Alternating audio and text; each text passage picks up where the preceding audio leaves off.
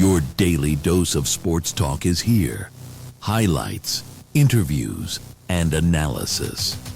From the entertainment capital of the world, SportsWrap with Jason Page starts now. Yes, it does, and great to have you with us on this Wednesday edition of the show. We got a lot to get to over the next 60 minutes. Appreciate you watching across the U.S. and Canada, or wherever in the world you may be watching on the SportsWrap with Jason Page YouTube channel.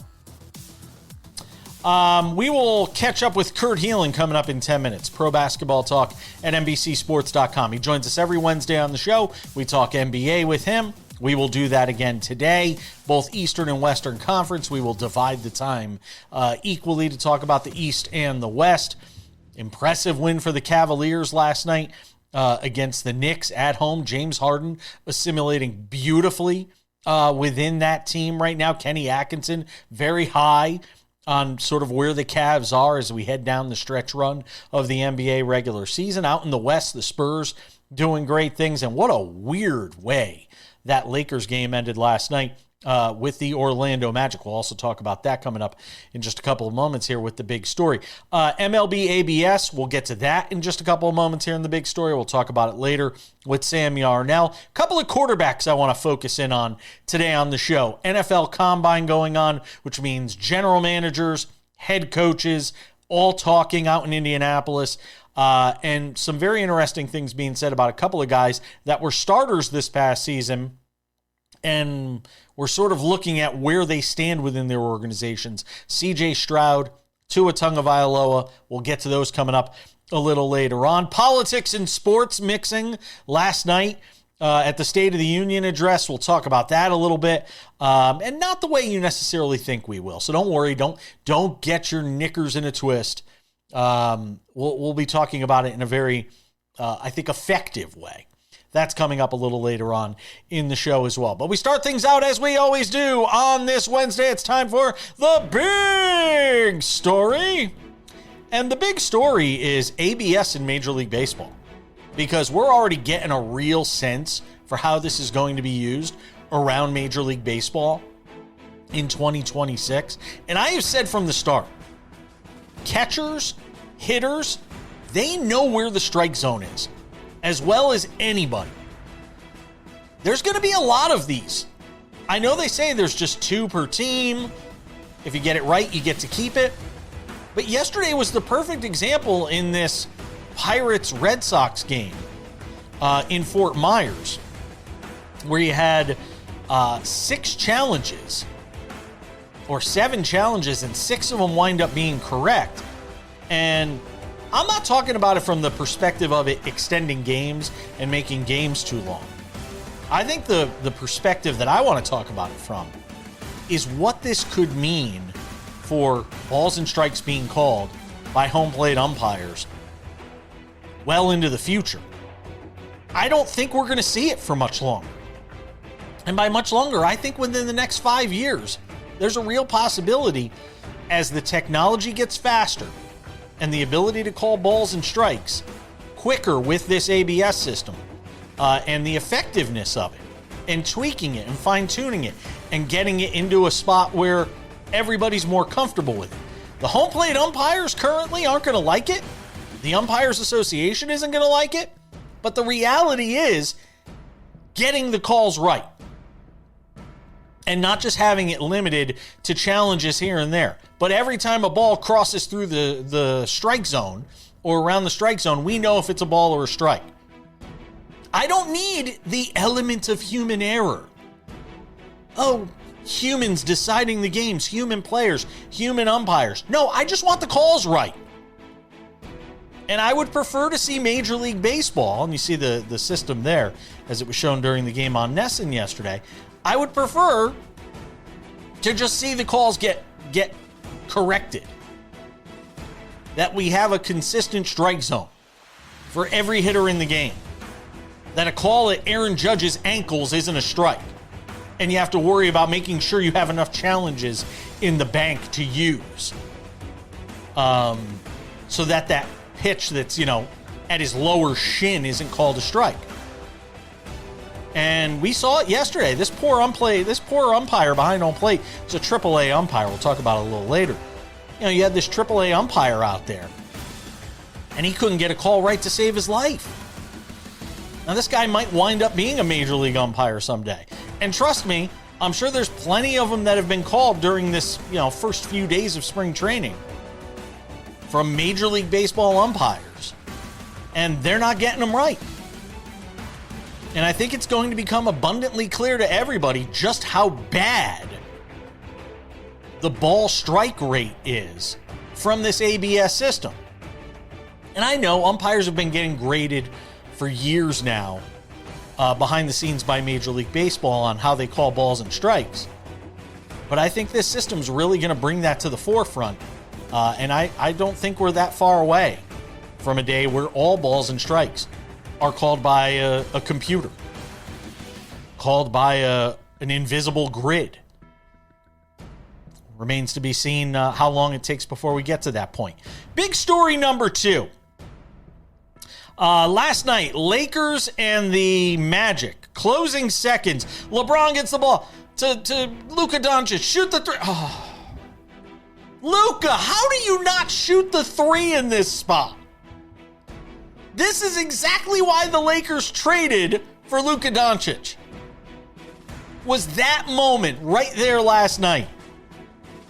And what happens? Luka doesn't take the three. Instead, he passes it to LeBron, who's contested, who's got to take some wild turnaround shot, and it goes pegging off the iron. That's not on LeBron, by the way. If you're going to say, LeBron choked, that wasn't supposed to be his shot. They set up a play for Luka, and then Luka doesn't take the shot. And I thought LeBron answered the question appropriately after the game when he was asked about it and basically said, I don't know, ask Luka. That was his shot. That was his moment. For a Lakers team that, as LeBron has said, does not look like a title contender. And it's going to be a rough final, 25, 30 games, whatever it is the Lakers have left here in this regular season, taking us to a playoffs where they are unlikely to meet the expectations that you would have set out for this team when it went and traded for Luka, which is going to set up a very interesting offseason for the Lakers, who have said, ownership has said Rob Pelinka is going to remain in place as the man making the decisions on player personnel. But boy, those are going to be some big decisions that have to be made. Kurt Helin will join us coming up in a couple of minutes to talk all things NBA. Don't go anywhere. Lots more to do on this Thursday.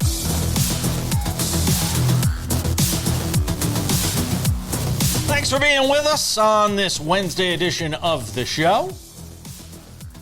Some NBA talk. We do it every Wednesday with our good friend Kurt Helin of Pro Basketball Talk at NBCSports.com. Check him out there. Sure, he's got 17 pieces up there because he's like the only guy that writes for them. He's like he's the guy. Right? Right? I do most of the writing, yeah. I've got some little help coming, help here and there. There is a team, but I right now do most of the writing. So you are the team. You are like the James Harden. I am the system. You are. That's what I want to hear. Thank you. Speaking of James Harden, look, would it shock any of us? And I don't know if the seedings will work out in such a way. If we saw Celtics Cavaliers in the Eastern Conference Finals, would it shock any of us right now? I love the trajectory of the Cavs with Harden. I know that sounds crazy to say because it's Harden and we know his history in the postseason.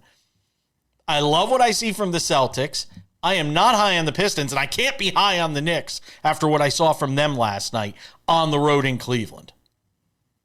No, actually, I think here's the thing. All four of the teams you mentioned, it's going to be one of the four who comes out. I don't think Detroit's totally out of the question. They had a really standout game against this week against the Knicks as well. So, you can make a case for any of those four. There's also what's crazy is they're all four flawed. They're all four you can make the case against any of them. And I think Cleveland's weak, where you see them have the good game last night, have the beat the pants off the Knicks and look impressive, and then get smoked by the Spurs. Just smoked. And Spurs are smoking but they've won 9 in a row. Look what they did against Detroit. I think there's a gap between the top of the West and the top of the East. Yes. But in that East, those top 4, I can make the case for any of them, and it's really going to come down to health. It's going to come down to, like, can the Knicks hit a few shots? But I'm beginning to think, and I think you mentioned this in a short recently, if Tatum's healthy, I might pick the Celtics, or relatively healthy, and can accept his role. That might be the best team to come out of there. And Cleveland, as weird as it sounds, with Harden, it just scares you, right? Because it's not like Cleveland doesn't have a history of playoff mess-ups without LeBron. And then you add James Harden to the mix, that'll solve the problem. So, like, you keep waiting for the bottom to fall out on that. But during the regular season, they've looked great. I love what Harden has added to that team already. Yeah. And Kenny Atkinson even says he sees a different belief in this team with Harden there. Again, it's the early honeymoon stage. Everybody's happy. Everything's great. Yeah, I get it. Go ahead, Sam. Kurt, you mentioned the Celtics, and we talk about the Cavs, and we talked about it last week. Jared Allen continuing to look incredible with James Harden in that system. But with regard to the Celtics, Kurt, this is a team that just continues to win basketball games. Jason Tatum continues to rehab this Achilles, and it looks like he's still getting ready to come back. Where are you at with the Celtics? Obviously, you said that they could contend for the East, but where are you at with them with regard to the entire Jason Tatum situation? When do you expect they could bring him back? Should they bring him back? What does the run-in for him look like going into the playoffs? Hey, 7 questions in one. That ought to work well. Go ahead, Kurt. Yeah, no, with him, I saw them this weekend in LA when they beat the Lakers, and the first thing that hits you is this is just a professional team that knows who it is, knows what they want to do, and executes it like they're a championship team. Even the core of this team, Pritchard and Jaylen Brown and Derek White and on down, they've got rings. They know what it takes. They've been there. I'll say this. Tatum's on the trip. And two things. They don't trade for Vucevic. They don't trade a wing in Anthony Simons for Vucevic at the deadline. And you don't have him playing a bunch of 5-on-5 unless he's there. Like, they're refusing to put a timeline on this. They're saying all the vague things, but their actions are those of a team that expect him back at some point in March. And if he can come in and he's got to accept a role. He is not going to be the man now. He's going to be the number 2 guy to Jaylen Brown. If he can get into that role and thrive, that is just a team that knows how to play basketball right now. Is there anything real quick, one more on the Celtics, because then I want to ask you one about the Knicks. Is there anything that tells you in Jason Tatum's DNA that he will be uncomfortable with taking the role that you describe? I don't think so. I think part of what's going on in his comments are, man, I don't want to mess up what they're doing. They're rolling. This is a good team right now.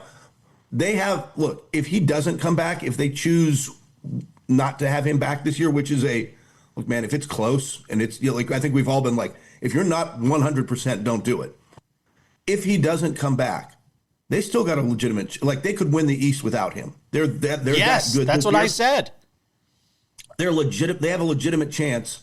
I think he is somebody who understands that and would accept the role. Like, I don't think his ego is, I got to be the man. But if he's the number 2 option, if Jaylen Brown is driving, they get the defense in a blender in rotation, you kick it out to Tatum to ISO or hit the jumper, I think he's willing to take that role. Yeah, and Peyton Pritchard's been really good too. On the Knicks, is this just a case of a group that is so comfortable in their own skin that they feel like they can get to the postseason and flip a switch? Because at times it feels like that's sort of what this team is, just going through the motions. They know what it takes once they get to the postseason and thinking they can just flip the switch. And how dangerous is that? Those teams tend to not be able to flip the switch, right? Like, there are exceptions. 2001 Lakers with Shaq and Kobe. There are exceptions to the rule, right? But those teams tend to flame out. And what's frustrating about that team is there are games they look good, and then there are games where they just, the offense isn't quite comfortable. They brought in Mike Brown to change the offense. It was too stagnant or whatever, too much Jaylen Brown pounding the ball, which it was. But I mean, Cat's had a couple of better games lately, but is he really comfortable in the offense? are they really comfortable in the offense? They're so inconsistent right now, which just makes me really worried about them. And they've got to find a way. I mean, they're babying him now. Mitchell Robinson's got to play a lot in the playoffs. They need him big time. He is so critical for them. He really is. He's such a game changer for them on both sides of the ball, really. Yeah. Kurt Helin's hanging out with us, Pro Basketball Talk at NBCSports.com. He's going to hang out with us for one more segment. We'll get into some stuff from the Western Conference. We had a wild finish last night with the Lakers and Magic, and a lot of people asking what's going on here when it comes to Luka and LeBron. The finish to that game certainly leaving a lot to be desired. If you are a Lakers fan, Kurt and I will get into that. Sam's probably got some more questions as well. As we continue on this Wednesday edition of Sports Wrap Talking NBA with our guy Kurt Helin. Don't go anywhere. Lots more to do.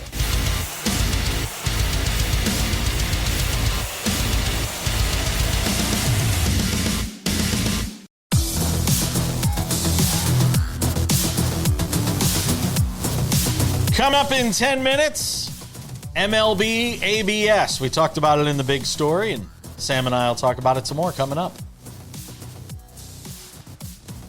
What would be the equivalent? Dodgers the title now, just ending it. What would be the equivalent?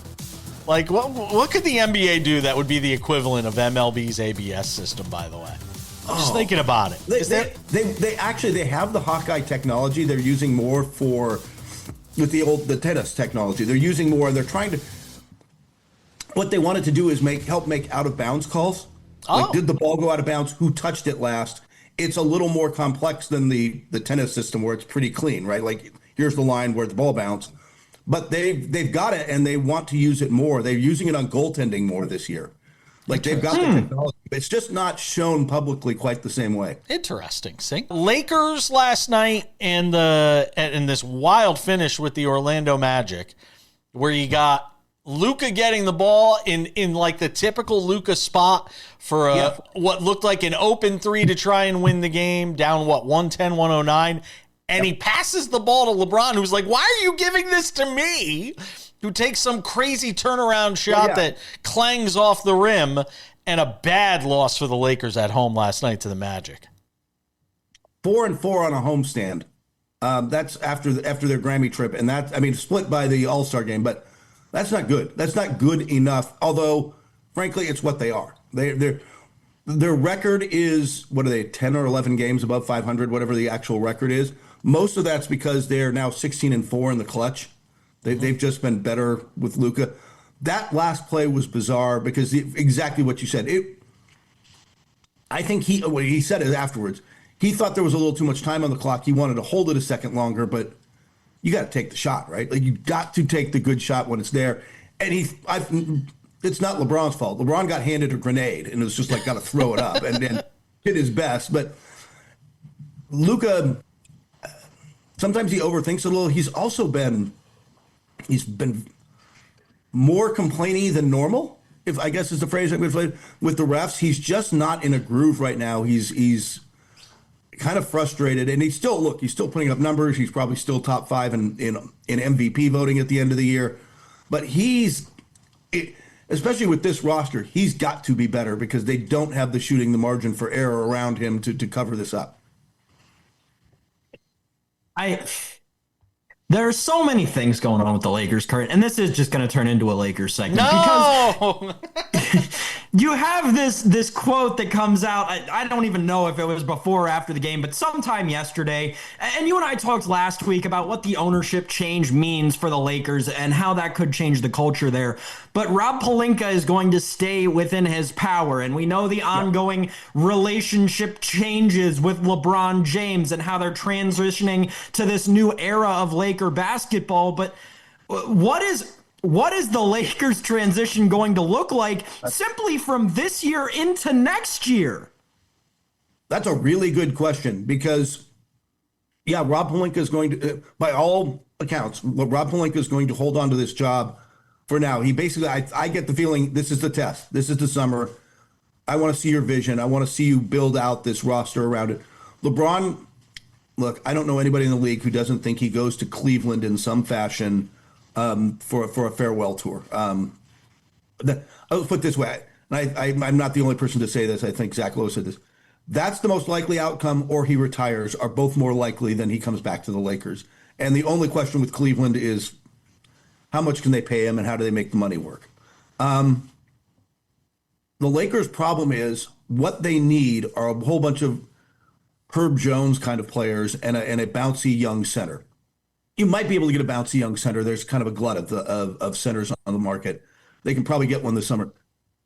The most in-demand position, the reason Peterson might still go number one, despite the concerns, is that elite two-way wing players are just hard to come by. There just aren't many of them. There's 29 teams looking for them, and the Lakers need about 3. And it's just going to be hard to get the kind of guys they need to thrive. The model's there. We saw it when Dallas went to the finals, right? And you had Derek Lively in the middle, and they had shooters surrounding them, and you either got to have Kyrie, or before that it was Brunson. Like you need the secondary shot creator. Reeves can be that guy, but you've got to have guys, OG Ananobis of the world. You need those kind of guys around them, and everybody wants them, and the price is through the roof. And I don't know how the Lakers start racking them up, but those are the guys they need. Talk me off the idea that I think if I don't know what the odds are on it, I don't have it in front of me, that I think the Spurs are going to wind up being the 1 seed in the West. Talk me off that idea. Why would I talk you off that idea? The only thing that holds them back is that Shea comes back at some point and everybody gets healthy in Oklahoma City and they start winning at a faster pace and you just can't catch them. But I mean, they're 2 games back and they probably own the tiebreaker already.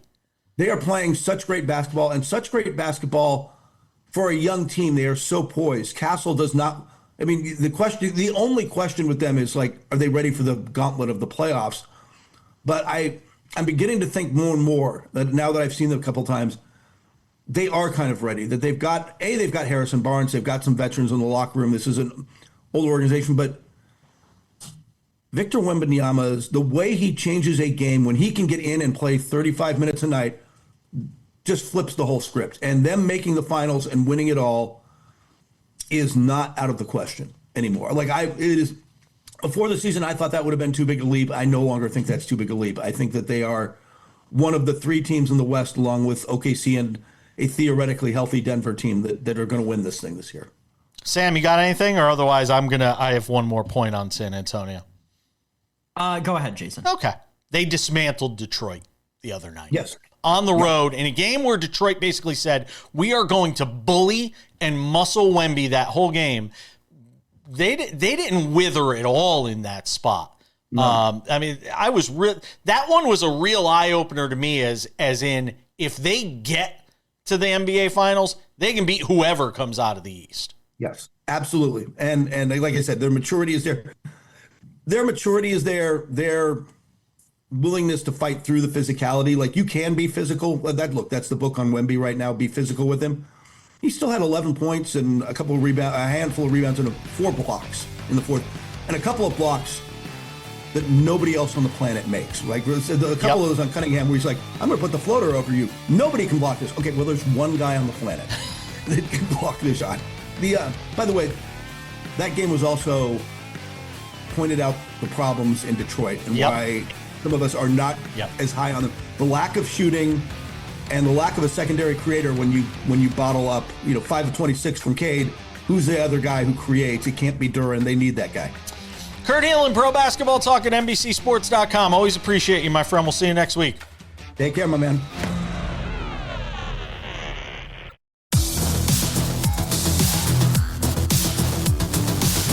Welcome back to the show. Good to have you with us on this Wednesday.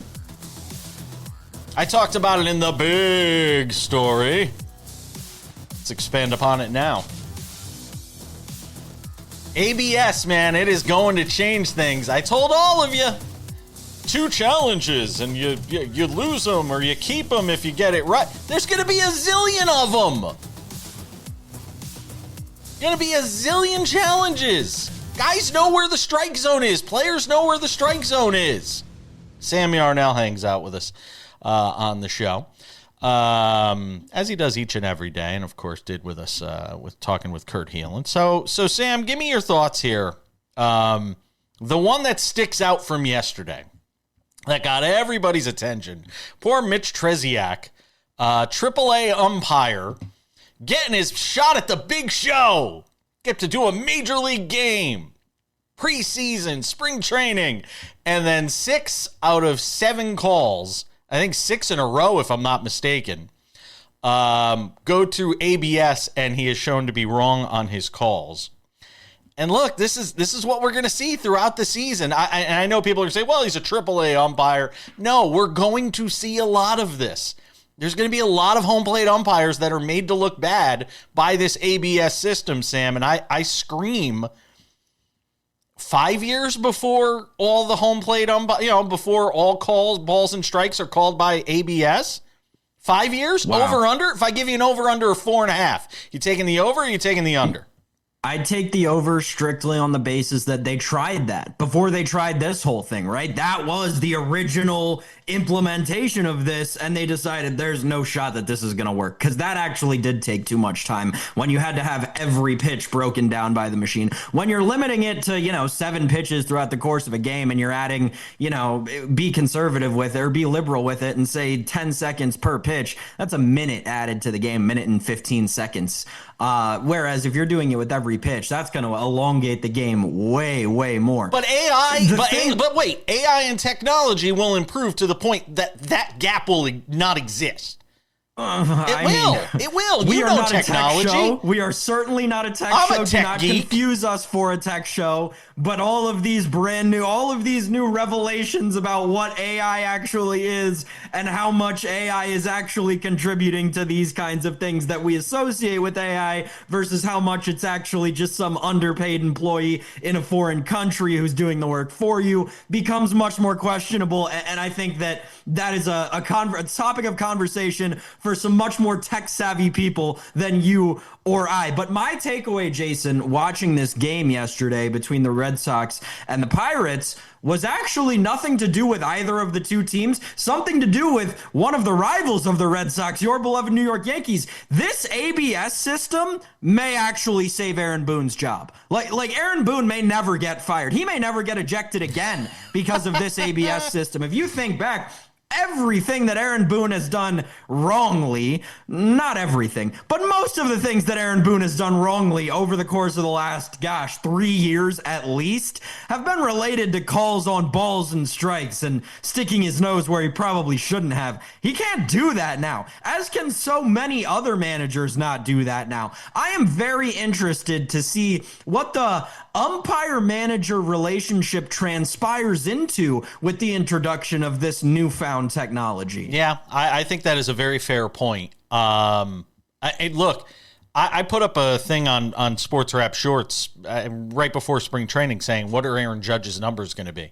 He might have the most insane season, because he is going to be one of the people that benefits most from this, because it is well documented that he gets screwed on more low strike calls than anybody in baseball, because they cannot figure out where his knees are, apparently behind home plate. He is going to absolutely destroy numbers this year. He's going to have insane. I'm telling you, he's going to hit 60 home runs this year if he's healthy. He plays 150 games. He's going to hit on. He's going to hit 60 the main home problem runs. with ABS, right? The fact that Aaron Judge is so tall, his strike zone is simply factually bigger than 90%, 95%, 99%. He's that tall of players in Major League Baseball. I am actually very fascinated to see. I think his strikeout numbers could soar this season because his strike zone, Jason, his strike zone is simply bigger than 95+% of Major League hitters. You have a larger target as a Major League pitcher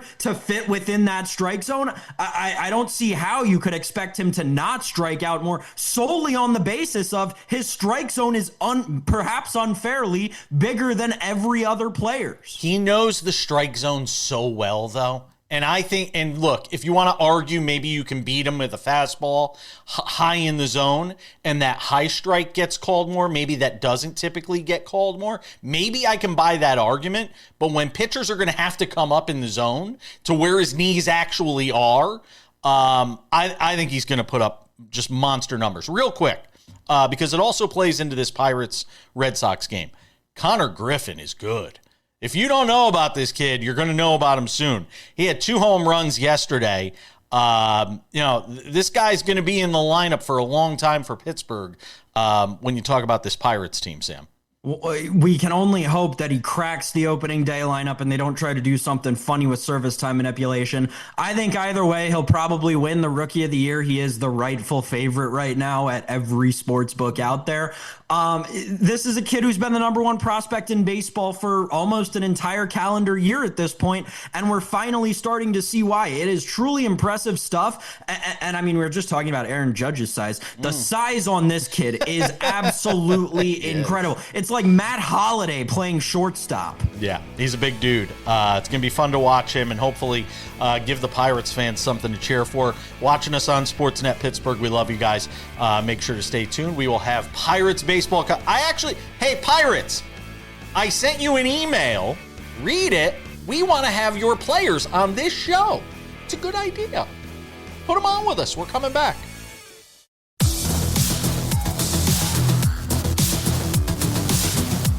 Welcome back. Odds and Ends wraps it up in 10 minutes.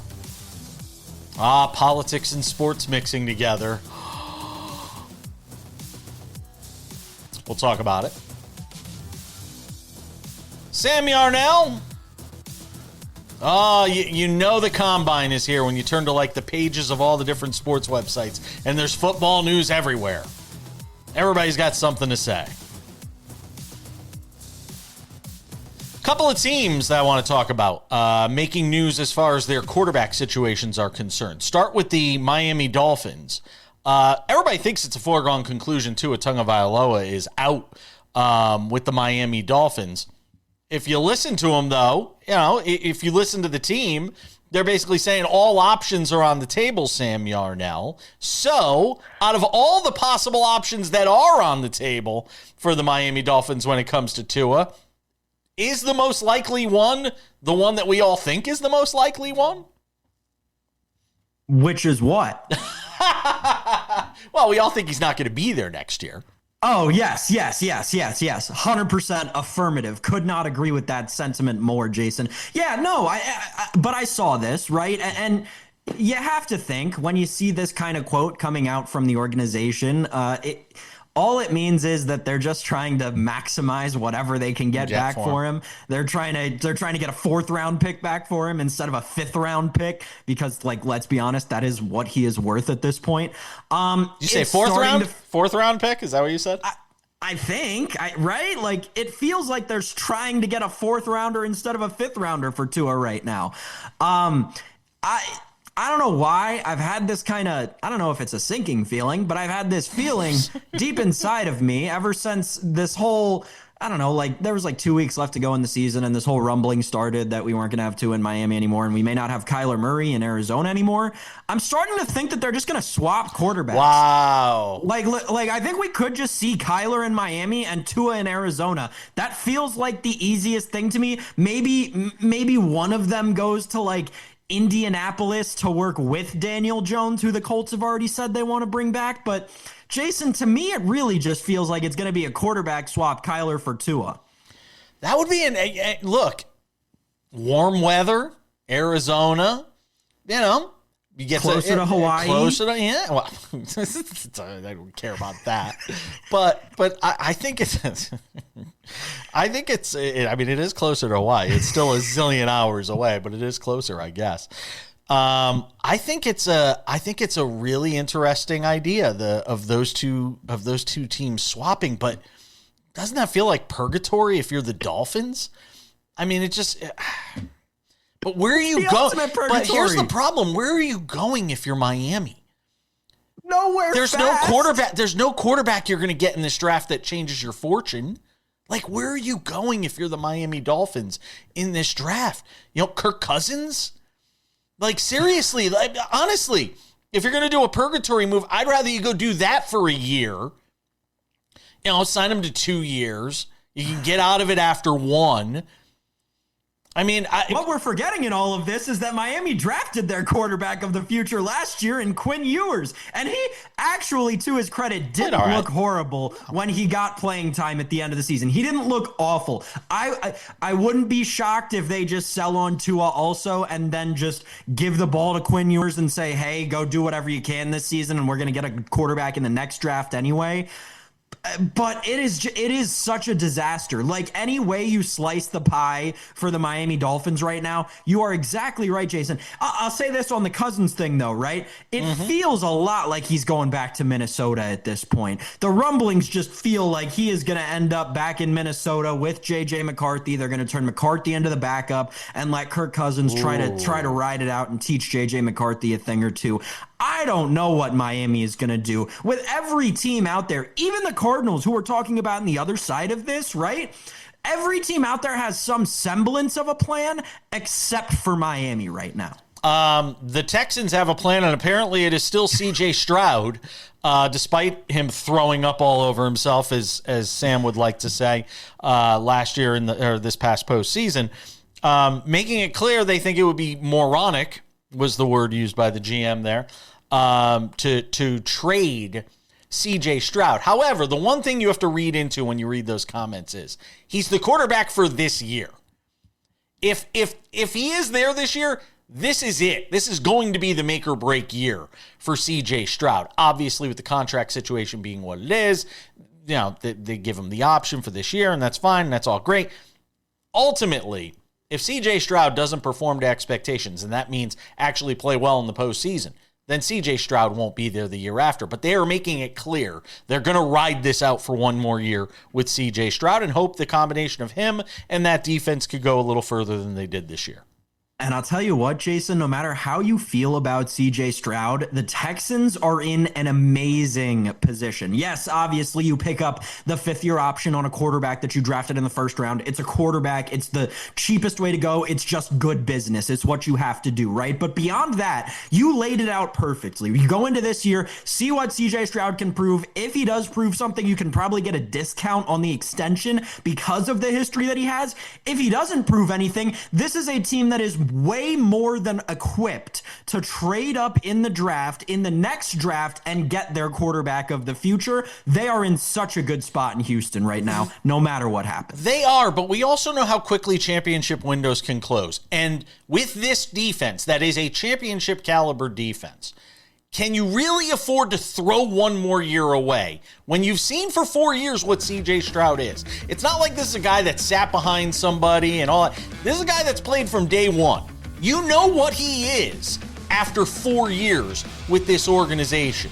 So to expect that something dramatic is going to happen, there's going to be some epiphany here, some great change in the way and style in which he plays in terms of protecting the football, which is the most important thing at that position, is something that remains to be seen. We've got odds and ends coming up next.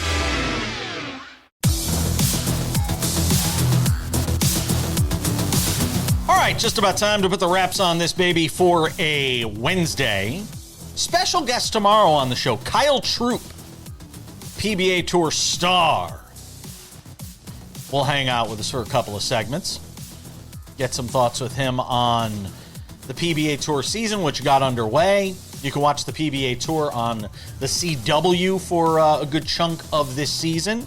You can watch us on many CW affiliates on the weekends around the country as well.